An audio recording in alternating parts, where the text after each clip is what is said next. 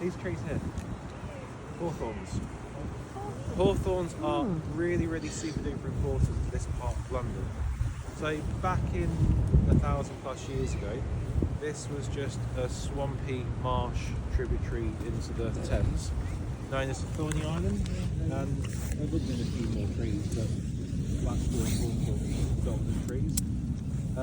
So ever since then, the thorns of Thorney Island, the identity of Thorney Island is quite important. There's a local preservation group called the Thorney Island Society.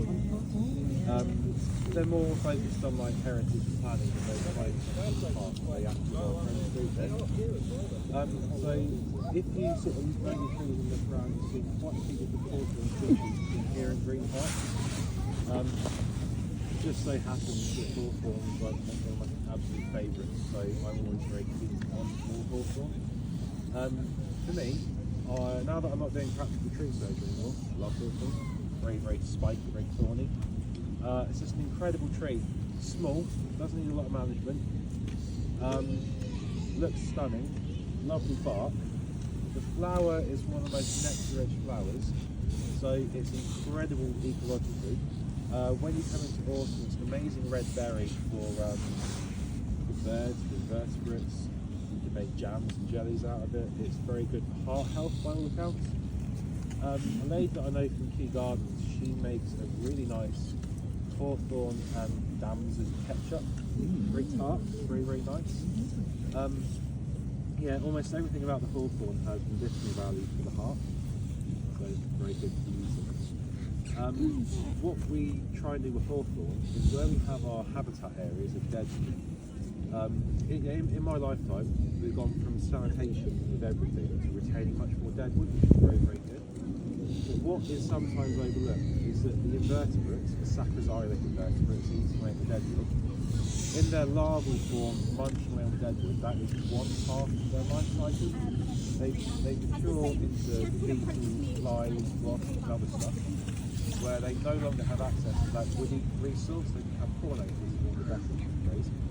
So where we have our deadwood habitat, we're now trying to plant hawthorn, crabapple, other flowering trees like that, to try and double up on the habitat value, which is fantastic. What we found as well is with hawthorn is, anyone heard of the oak sesame moth? Yeah. So it's an invasive moth species that in its caterpillar is poisonous to humans because of toxic hairs.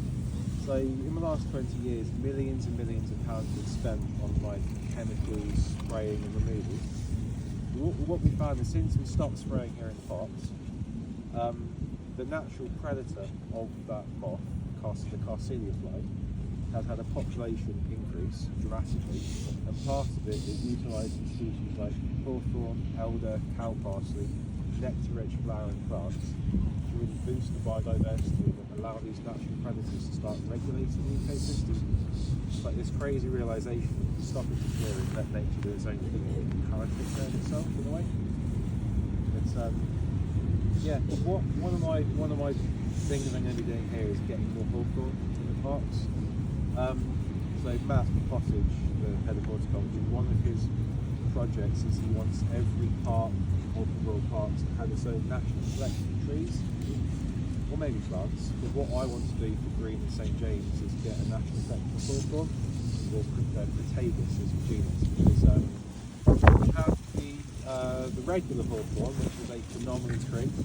Absolutely love it, but there's so many great species from around the world, particularly from Central America, which I'm quite keen to experiment with as well. So really excited about that.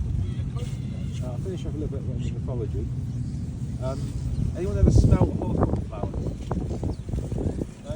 Just the same hawthorn's a tree as is in the hedgerows? Yes. Yeah. That's just a small version. Yeah, so it's very commonly used as a hedging tree because of how dense and So spiky it blackthorn is. and hawthorn together. Quite commonly used together, yeah. So the hawthorn smells quite funky, not the most pleasant of aromas, because the flower produces a chemical, forget what the chemical is called, that's also found in decomposing corpses. So the hawthorn is very, very clever. It knows all those other flowers smell the same. They're attracting the same limited form of pollinators. I smell a bit different. I'm attracting other pollinators that aren't going for the flowers. I'll get pollinated better.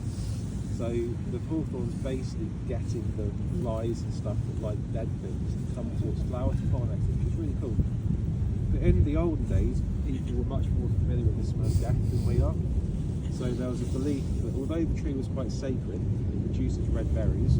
Red was a protective colour against evil spirits.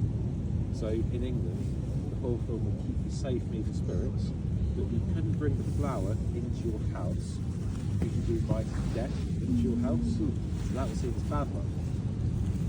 In Ireland, the belief was that the hawthorn is where fairies were born. So there's lots of old stories of wandering travellers falling asleep under a hawthorn, and mischievous pixies and fairies come out and kidnap them, take them to a different realm, and they can never escape again. So hawthorn are great, don't fall asleep underneath one.